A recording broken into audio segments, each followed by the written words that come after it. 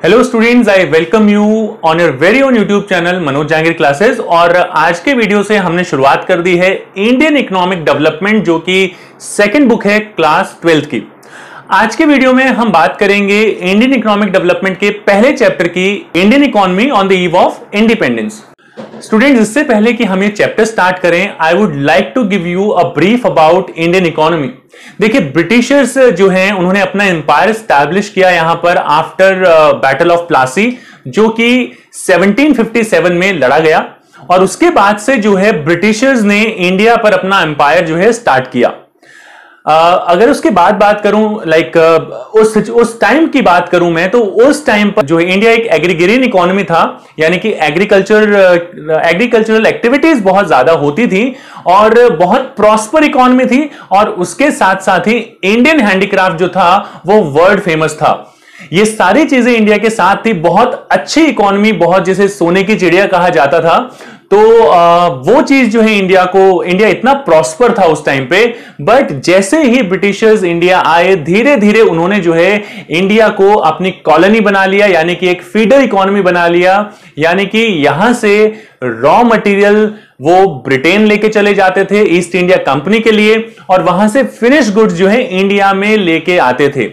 India की overall situation बहुत ज्यादा खराब थी। इंडिया की जो इंफ्रास्ट्रक्चर या फिर मैं कहूं जीडीपी ग्रोथ एक तरीके से स्टैग्नेंट इकोनॉमी थी। सब कुछ ही एक तरीके से पुअर था, और कुछ बाय डिफॉल्ट ट्रेड जैसी चीजें अगर अच्छी थी तो उस अमाउंट का यूज भी ब्रिटिशर्स ने सिर्फ अपने प्रॉफिट के लिए किया, मिलिट्री एस्टैब्लिशमेंट के लिए किया। यानी कि कुल मिलाकर जो है ब्रिटिशर्स ने इंडियन इकोनॉमी को एक तरीके से बिल्कुल रुइन कर दिया, बिल्कुल खत्म कर दिया।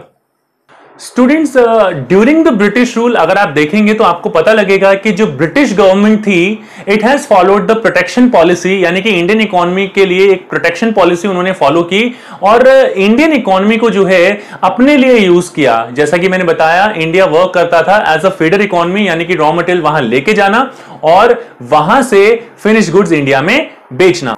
इसके साथ साथ ब्रिटिशर्स ने जो है सिर्फ अपने इंटरेस्ट के लिए प्रमोशन किया, मतलब जो भी अच्छी चीजें वो कर रहे थे इंडिया के अंदर, वो सिर्फ खुद के यूज के लिए उन्होंने यहां पर स्टार्ट की। स्टूडेंट, इंडिया जो है ब्रिटिशर्स की कॉलोनी थी, यानी कि यहां पर जो पॉलिटिकल और सोशल रिलेशनशिप होते हैं दो कंट्रीज के अंदर, इसमें एक रूलर इकोनॉमी होती है और दूसरी स्लेव इकोनॉमी होती है।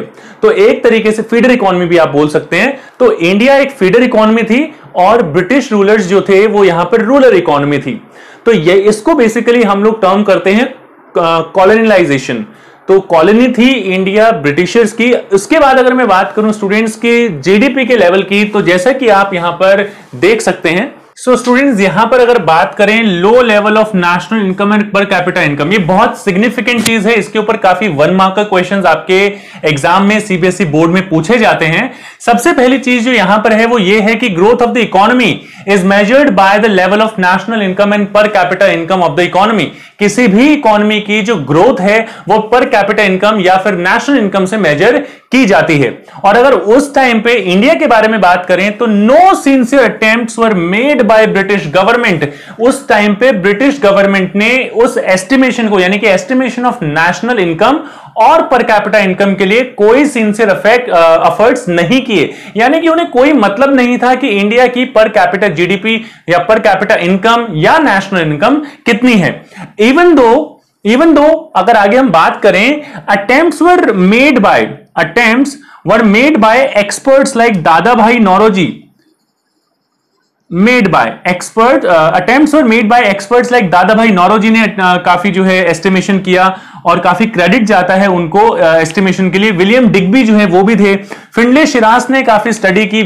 डॉक्टर वीके आरवी राव ने काफी स्टडी की। आरसी देसाई जो है उन्होंने जो है इसके बारे में स्टडी की। और इन सब में से बट जो most of the estimates were there produced conflicting and inconsistent result. इन्होंने एस्टिमेट तो किया, लेकिन ये जो सारे एस्टिमेशंस थे ये कंफ्लिक्टिंग थे एक दूसरे के और बहुत ज्यादा इनकंसिस्टेंट थे, जिसकी वजह से इन पर रिलाय नहीं किया जा सकता। Out of all the above estimates, जो एस्टिमेट किया था किसने? डॉक्टर वीके आरवी राव ने। डॉक्टर वीके आरवी राव, याद रखिए स्टूडेंट, ये एग्जाम में पूछा जा सकता है। डॉक्टर वीकेआरवी राव के जो एस्टिमेट्स थे सबसे ज्यादा सिग्निफिकेंट थे। वीकेआरवी राव, डॉक्टर वीकेआरवी राव का जो एस्टिमेशन था वो सबसे ज्यादा सिग्निफिकेंट था। तो पेपर में अगर पूछें ध्यान रखिएगा। इसके बाद कि बेसिकली नेशनल इनकम की ग्रोथ कितनी थी और पर कैपिटा इनकम की ग्रोथ कितनी थी। तो यहां पर अगर हम बात करें तो national income growth was less than 2%। आप समझ सकते हैं एक स्टैग्नेंट इकोनॉमी थी, लेस देन 2% जो है हमारी ग्रोथ थी नेशनल इनकम की उस टाइम पे on the eve of independence. And the per capita output growth was 0.5% per year. 0.5 आप समझ सकते हैं कि मतलब एकदम नेग्लिजिबल ग्रोथ थी उस टाइम पे। ये दोनों फैक्ट स्टूडेंट्स आपको याद होने चाहिए। इसके बाद बात करते हैं बाकी सारे एस्पेक्ट्स की। तो स्टूडेंट्स यहां पर हम बात कर रहे हैं condition of Indian economy on the eve of independence. Sectors को मैंने डिवाइड कर लिया है यहां पर, और जैसा कि आप देख सकते हैं सबसे पहला सेक्टर जो हमारे पास आ गया है वो आ गया है एग्रीकल्चर सेक्टर। स्टूडेंट्स अगर हम एग्रीकल्चर सेक्टर की बात करें तो यहां पर during the British rule 85% of the total Indian population was involved in agriculture sector. 85% लोग जो है एग्रीकल्चरल सेक्टर में इन्वॉल्व थे।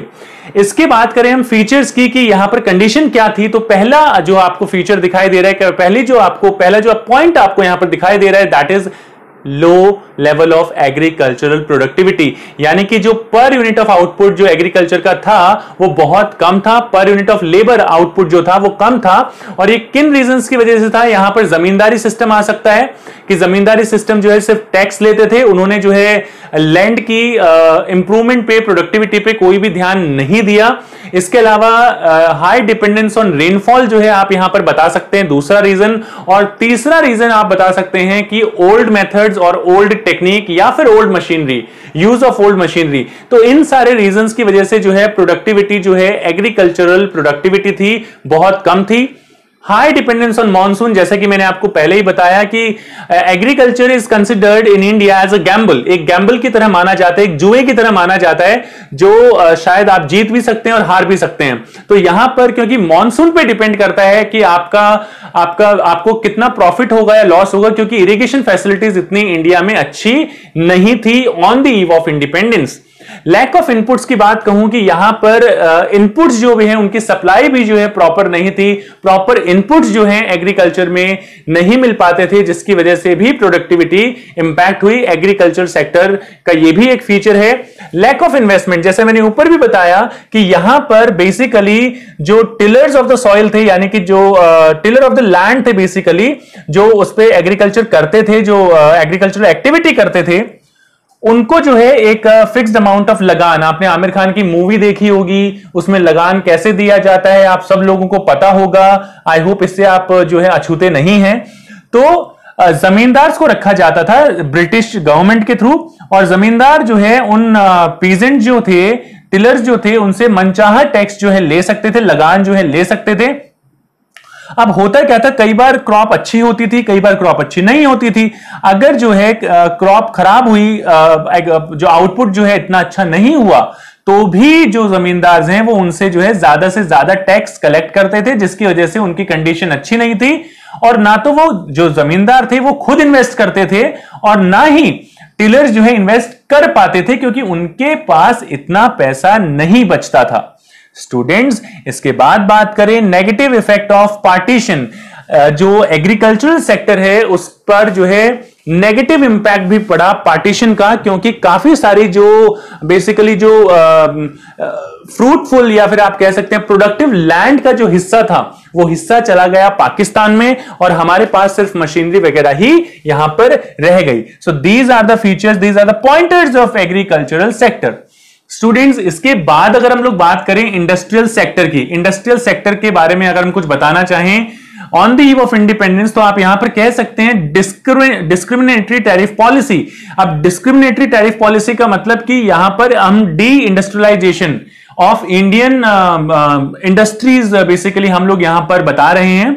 डिस्क्रिमिनेटरी टैरिफ पॉलिसी में क्या आता है कि डिस्क्रिमिनेशन होता था। अगर कोई इंडियन कुछ गुड्स बाहर बेचना चाहता है, इंडियन गुड्स जो है बाहर बेचना चाहता है, एक्सपोर्ट करना चाहता है, तो उसके ऊपर टैक्स लगाया जाता था, हैवी टैक्स लगाया जाता था, जिससे कि इंडस्ट्रियल सेक्टर जो है, कॉटेज इंडस्ट्रीज जो है, इंडस्ट्रियल सेक्टर जो है इंडिया में वो बिल्कुल डेमोलिश हो जाए।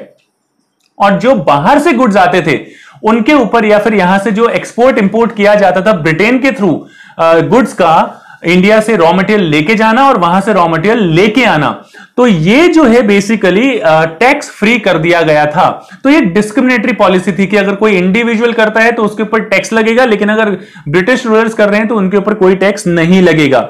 इसके अंदर बेसिकली आप ये भी कह सकते हैं कि dual deindustrialization policy follow की उन्होंने, जिसका मतलब सिर्फ इतना था कि इंडिया को एक एक्सपोर्टर ऑफ रॉ मटेरियल बनाना और इंपोर्टर ऑफ फिनिश गुड्स बनाना और इंडस्ट्रीज को खत्म कर देना।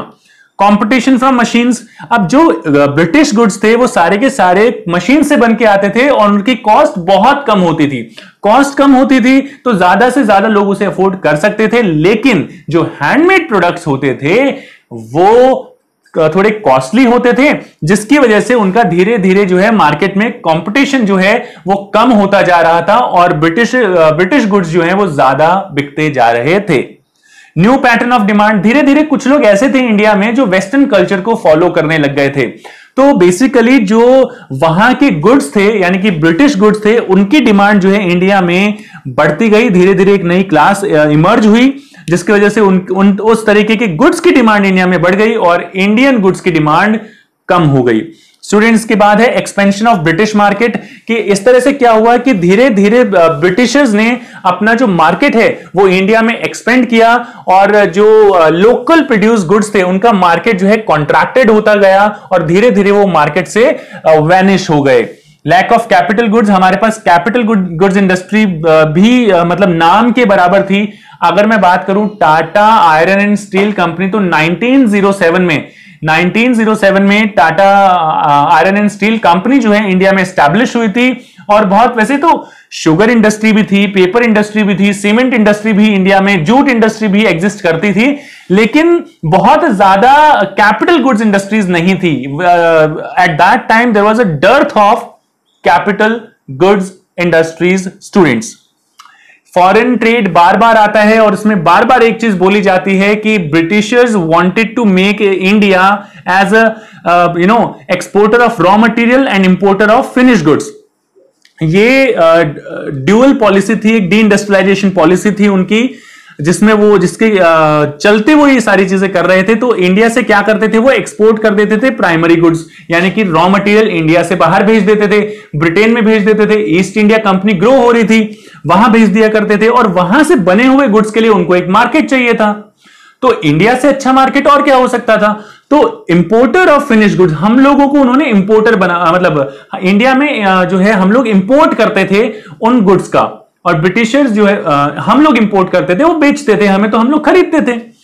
Monopoly control over India's foreign trade. और अगर आप स्टूडेंट्स देखेंगे कि ट्रेड तो हमारा बहुत सारी कंट्रीज के साथ होता था, जैसे सिलोन जिसको श्रीलंका बोला जाता है आज के टाइम में, अरब कंट्रीज थी उनके साथ हमारा ट्रेड होता था, यूएस के साथ भी बहुत नॉमिनल ट्रेड हमारा उस टाइम पे हुआ करता था, but more than 50% of India's foreign trade was with the Britain only.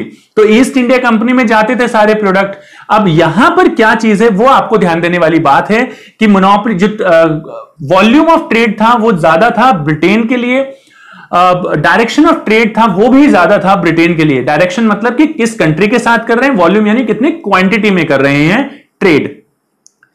Surplus trade, अब सरप्लस ट्रेड का मतलब होता है एक तो बैलेंस ऑफ पेमेंट, आप कह सकते हैं कि सरप्लस ट्रेड मतलब आपके पास पैसा आ रहा है। Exports are more than imports, इसका मतलब होता है exports are more than imports, E यानी एक्सपोर्ट, एम यानी इंपोर्ट्स।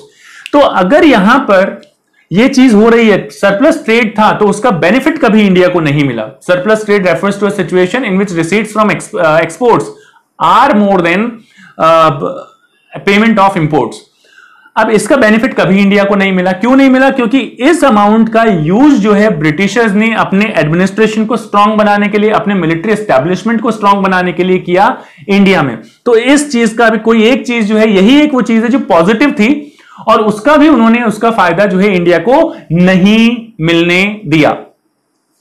स्टूडेंट्स, इसके बाद बात करेंगे डेमोग्राफिक कंडीशन की। अगर डेमोग्राफिक कंडीशन की बात करें तो as you all can see कि साइज ऑफ पॉपुलेशन, जो पॉपुलेशन का साइज था, अगर मैं बात करूं तो 80-81 में यहां पर 1881 में पहली बार जो है सेंसस जो है ब्रिटिश इंडिया के अंडर जो है पहला सेंसस इंडिया में हुआ था, और उसमें हमें यह चीज ऑब्जर्व हुई थी कि पॉपुलेशन जो थी इंडिया की, ऑब्वियसली डेथ रेट भी ज्यादा थी इंडिया की, बर्थ रेट भी ज्यादा थी। और 1921, ये आप जरूर ध्यान रखिए, 1921 is the year of great divide. Great divide, अब ग्रेट डिवाइड मतलब कि यहां पर जो पॉपुलेशन थी इंडिया की वो बहुत ही ज्यादा रेट से इंक्रीज हुई थी, और 1921 के बाद कभी भी इंडिया की पॉपुलेशन में कोई कमी नहीं आई। और भगवान की दुआ से देखिए कि आज हम 130 प्लस करोड़ जो हैं हो गए हैं। तो यहां पर 1881 में पहला सेंसस हुआ था, जो सेंसस हुआ था यानी कि जनगणना हुई थी, पता लगा था पहला 1881 में। 1921 is known as great year of divide, पता होना चाहिए आपको, क्योंकि population explosion kind of thing was there after that particular period of time. High birth rate and death rate, हम पहले फेज में थे। वहां पर अगर मैं बात करूं डेमोग्राफिक कंडीशन की, पहले फेज में क्या होता है कि बर्थ रेट भी ज्यादा होती है और डेथ रेट भी ज्यादा होती है। ऐसा इसलिए होता है क्योंकि कंट्री जो है बहुत पुअर होती है, मेडिकल फैसिलिटीज इतनी ज्यादा नहीं होती, लिटरेसी इतनी ज्यादा नहीं होती कि लोग ध्यान रख पाए। तो बेसिकली उस टाइम पे अगर मैं डेटा की बात करूं 1931 टू 1941, इस पीरियड के अंदर जो बर्थ रेट थी वो 45.2%। It's a very huge rate students, बहुत ज्यादा परसेंटेज होती है ये। बर्थ रेट 45.2% थी और डेथ रेट भी देखिए, मतलब 1/3 लोग मर जाते थे, 33.3%। ये किसी भी कंट्री के लिए एक अच्छी बात नहीं है अगर आपका बर्थ रेट और डेथ रेट बहुत ज्यादा है। मतलब यह है कि आपको कहीं ना कहीं ध्यान देना चाहिए अपनी इकोनॉमी पे, और उस वक्त डेफिनेटली हम हमारी इकोनॉमी पे बिल्कुल भी ध्यान नहीं दे रहे थे, ना तो हम ना ब्रिटिशर्स। इसके बाद poor health facilities. Health facilities भी जैसे मैंने बताया डेवलपिंग कंट्री थी, सॉरी अंडर डेवलप्ड कंट्री थी, इवन दो सोने की चिड़िया बोला जाता था हमारी कंट्री को, but to be very frank after the arrival of British rulers हमारी इकोनॉमी डर्थ में चली गई, एक खाई में चली गई। तो यहां पर पुअर हेल्थ फैसिलिटीज इतनी पुअर थी कि आज आप कंपैरिजन कर सकते हैं कि उस टाइम पे इन्फेंट मोर्टेलिटी रेट जो है पर 1000 पे मेजर किया जाता है कि एक साल में एक साल को कंप्लीट किए बिना, एक साल को कंप्लीट करने से पहले कितने बच्चों की डेथ हो गई है पर 1000। तो 218 बच्चों की डेथ हो जाती थी, जो अगर रीसेंट डेटा की मैं बात करूं 40 पर आ गई है, 40 पर आ गई है। इसके बाद बात करते हैं लिटरेसी रेट की। स्टूडेंट्स अगर मैं बात करूं लिटरेसी रेट की, तो लिटरेसी रेट जो है 16 लेस देन 16%, ये लेस देन का साइन है स्टूडेंट्स, यहां पर लेस देन 16% जो है वो लिटरेसी रेट था। और फीमेल लिटरेसी रेट की बात करूं तो दैट वाज अराउंड 7%। कितना कम था, मतलब 100 लोगों में से 100 लेडीज में से सिर्फ 7 ladies were educated at that period of time. इसके बाद हम बात करते हैं वाइड स्प्रेड पॉवर्टी बहुत ज्यादा थी, पर कैपिटा इनकम जो था वो बहुत कम था, जैसा कि मैं पहले भी बता चुका हूं 0.5% की ग्रोथ थी, और इनकम कम होने से ऑब्वियसली वाइड स्प्रेड पॉवर्टी का होना तो लाजमी है। यहां पर बात करते हैं लाइफ एक्सपेक्टेंसी भी बहुत कम थी। स्टूडेंट्स कई बार आपके एग्जाम में क्वेश्चन आ जाता है कि on the eve of independence what was the life expectancy in India, तो दैट वाज ओनली 32 इयर्स। मतलब 32 इयर्स की बात करूं तो आज आदमी पढ़ाई लिखाई में उसको 30-32 साल हो जाते हैं और फिर वो बाकी सारी चीजों के बारे में प्लान करता है, जबकि 32 पे तो वहां पर जो है निपट जाते थे लोग, उस टाइम की बात कर रहा हूं मैं। जबकि यहां पर आज की करंट सिचुएशन की बात करूं तो the life expectancy is almost double और more than that in the current scenario, that is 67.9 years. 67.9 years जो है वो आज की करंट सिचुएशन है। स्टूडेंट्स इसके बाद हमारे पास आता है ऑक्यूपेशनल स्ट्रक्चर, कि किस तरीके का ऑक्यूपेशनल स्ट्रक्चर था। जैसा कि मैंने आपको बताया कि 85% लोग जो है एग्रीकल्चर में इन्वॉल्व थे, तो ऑब्वियसली जो एक तरीके से मैं बोलूं कि डोमिनेंस जो आप बोलेंगे वो तो प्राइमरी सेक्टर की दिखती है। और यहां पर 85% लोग इन्वॉल्व थे प्राइमरी सेक्टर में। टर्शरी सेक्टर, सेकेंडरी सेक्टर का बहुत कम रोल था। मैंने यहां पर इंडस्ट्रियल सेक्टर के बारे में भी जैसे आपको बताया, तो बहुत ज्यादा इंडस्ट्रीज इंडिया में नहीं थी। अच्छा, इसकी वजह से हमें रीजनल डिस्पैरिटीज देखने को मिलती हैं कि काफी सारे स्टेट्स हो गए, वहां पर जो है बेसिकली पैदावार अच्छी हो रही है, ऑक्यूपेशनल स्ट्रक्चर अच्छा है, तो वहां पर जो है एक मतलब high degree of income level आप कह सकते हैं, एक प्रॉस्पर स्टेट्स थे। On the contrary there were some states जो बहुत अच्छी कंडीशन में नहीं थे। तो यहां पर जो है अगर हम बात करें तो कुछ स्टेट्स बहुत अच्छे थे, कुछ स्टेट्स में जो है बहुत अच्छा प्रोडक्शन हो रहा था, लेकिन ऑन द कॉन्ट्रेरी कुछ स्टेट्स ऐसे भी थे कि जहां पर जो है अच्छी सिचुएशन नहीं थी। अगर मैं बात करूं कि यहां पर in the states of Tamil Nadu, Andhra Pradesh, Kerala, Karnataka, Maharashtra, West Bengal, यहां पर जो डिपेंडेंसी रेशियो था एग्रीकल्चर में, एग्रीकल्चर पे जो डिपेंडेंसी थी वो इन सारे स्टेट्स में बहुत कम थी। ऑन द कॉन्ट्रेरी अगर हम बात करें यहां पर कि the dependency ratio of workforce on the agriculture sector declined in those states, while on the other hand if we talk about Orissa, Rajasthan, Punjab during the same period, तो यहां पर जो डिपेंडेंसी का रेशियो है वो students increase हुआ, बढ़ गया। और यही कहानी है ऑक्यूपेशनल स्ट्रक्चर की। करंटली अगर आप बात करें 72%, मतलब करंटली मैं 1951 की बात कर रहा हूं, मैं 1951 की बात करें तो उस टाइम तक 72.7% के अराउंड है, हम 72% लमसम मान रहे हैं। 72% people are of the total population engaged in primary sector, 10% secondary sector और 18% टर्शरी सेक्टर में इन्वॉल्व हैं। लास्ट पॉइंट हमारा रह गया है, और लास्ट पॉइंट की अगर हम बात करें स्टूडेंट्स, हमारे पास है इंफ्रास्ट्रक्चर। इंफ्रास्ट्रक्चर की अगर हम बात करें तो यहां पर दो पार्ट्स में से डिवाइड किया जा सकता है, सोशल इंफ्रास्ट्रक्चर और इकोनॉमिक इंफ्रास्ट्रक्चर। हमने दोनों यहां पर लेने की कोशिश की है। बेसिकली इंफ्रास्ट्रक्चर वो फैसिलिटीज होती हैं जो किसी भी इकोनॉमी को प्रोडक्शन एक्टिविटी में हेल्प करती हैं। रोड्स की बात करें तो roads, all weather roads India में बहुत कम प्लेसेस थे जहां पर अवेलेबल थी। ऑल वेदर रोड्स तो अवेलेबल ही नहीं थी, बहुत ज्यादा अच्छी सिचुएशन रोड्स की नहीं थी। हां, आज के टाइम में थोड़ी सी इंप्रूव हुई है, लेकिन उस टाइम पर ये इतनी अच्छी नहीं थी। रेलवेज की अगर मैं बात करूं स्टूडेंट्स, तो रेलवे बहुत सिग्निफिकेंटली डेवलप हुआ उस टाइम पीरियड में।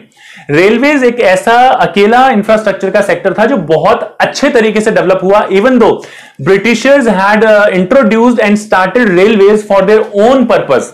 एक तो मिलिट्री को बेसिकली वो जो है उनका जो है बेसिकली आना जाना इजी बना दें, कंट्रोल अपना अच्छा बना लें, एडमिनिस्ट्रेशन अच्छा बना लें, और दूसरी चीज जो इंपोर्ट और एक्सपोर्ट होता है वो रेलवेज के थ्रू कन्वीनियंट हो जाए और अपने गुड्स जो है मार्केट एक्सटेंड हो जाए, ब्रिटिशर्स के लिए अपने गुड्स आराम से और तरीके से एक्सपेंडेड मार्केट में बेच सके। तो ज्यादातर जो रेलवेज थे पोर्ट्स के पास बनाए गए थे, इवन दो उसके बाद में एक्सपेंड हुआ और जो भी बातें हुई। इंट्रोड्यूस हुआ था 1850 में, स्टूडेंट्स ये ध्यान रखिएगा, इंट्रोडक्शन हुआ था 1850 में और स्टार्ट हुआ था 1853 में। दोनों में डिफरेंस है। मुंबई टू ठाणे पहली ट्रेन चली थी जो 1853 में चली थी, जबकि इंट्रोड्यूस हो गया था, मतलब बनाना शुरू हो गया था 1850 में। इसके बाद बात करें एयर और वाटर ट्रांसपोर्ट, काफी सारे इंप्रूवमेंट्स हुए, लेकिन जो कंडीशन थी वो डिसैटिस्फैक्टरी थी, यानी कि बिल्कुल भी अच्छी नहीं थी। इसके बाद बात करें कम्युनिकेशन की, कम्युनिकेशन में पोस्टल, टेलीग्राम, टेलीफोन, ये चीजें जो हैं रेलवेज के बाद सिग्निफिकेंटली रेलवेज ही इंक्रीज हुआ था। ये कम्युनिकेशन के अंदर बहुत ज्यादा डेवलप हुई और ये एक तरीके का दूसरा पॉजिटिव एडिशन माना जाता है इंडियन इकोनॉमी के लिए। इसके बाद हम बात करें हेल्थ फैसिलिटीज। स्टूडेंट्स अगर मैं बात करूं हेल्थ फैसिलिटीज की, तो हेल्थ फैसिलिटीज बहुत ज्यादा पुअर थी। हम पहले ही डेमोग्राफिक कंडीशंस में ये बात कर चुके हैं। आई होप आपको मोटे तौर पे मैंने जो है सारी चीजें यहां पर कवर कर ली हैं, लेकिन अगर आपको कोई डाउट है, कोई चीज पूछनी है, आप हमें पूछ सकते हैं कमेंट सेक्शन में। वीडियो को अभी तक लाइक नहीं किया, लाइक कर दीजिए, चैनल को कर दीजिए सब्सक्राइब और बेल आइकन को प्रेस करके ऑल पे क्लिक करना बिल्कुल ना भूलें। वीडियो अच्छा लगा दोस्तों के साथ शेयर कीजिए, इस तरीके की वीडियोस हम आपके लिए बनाते रहते हैं। आप हमें फॉलो करना चाहें सोशल प्लेटफॉर्म्स पर तो हमें इंस्टा और एफबी पर फॉलो कर सकते हैं। और तब तक के लिए देखते रहिए मनोज जहांगीर क्लासेस। मिलते हैं किसी और इंटरेस्टिंग से एजुकेशनल वीडियो में। Thank you students.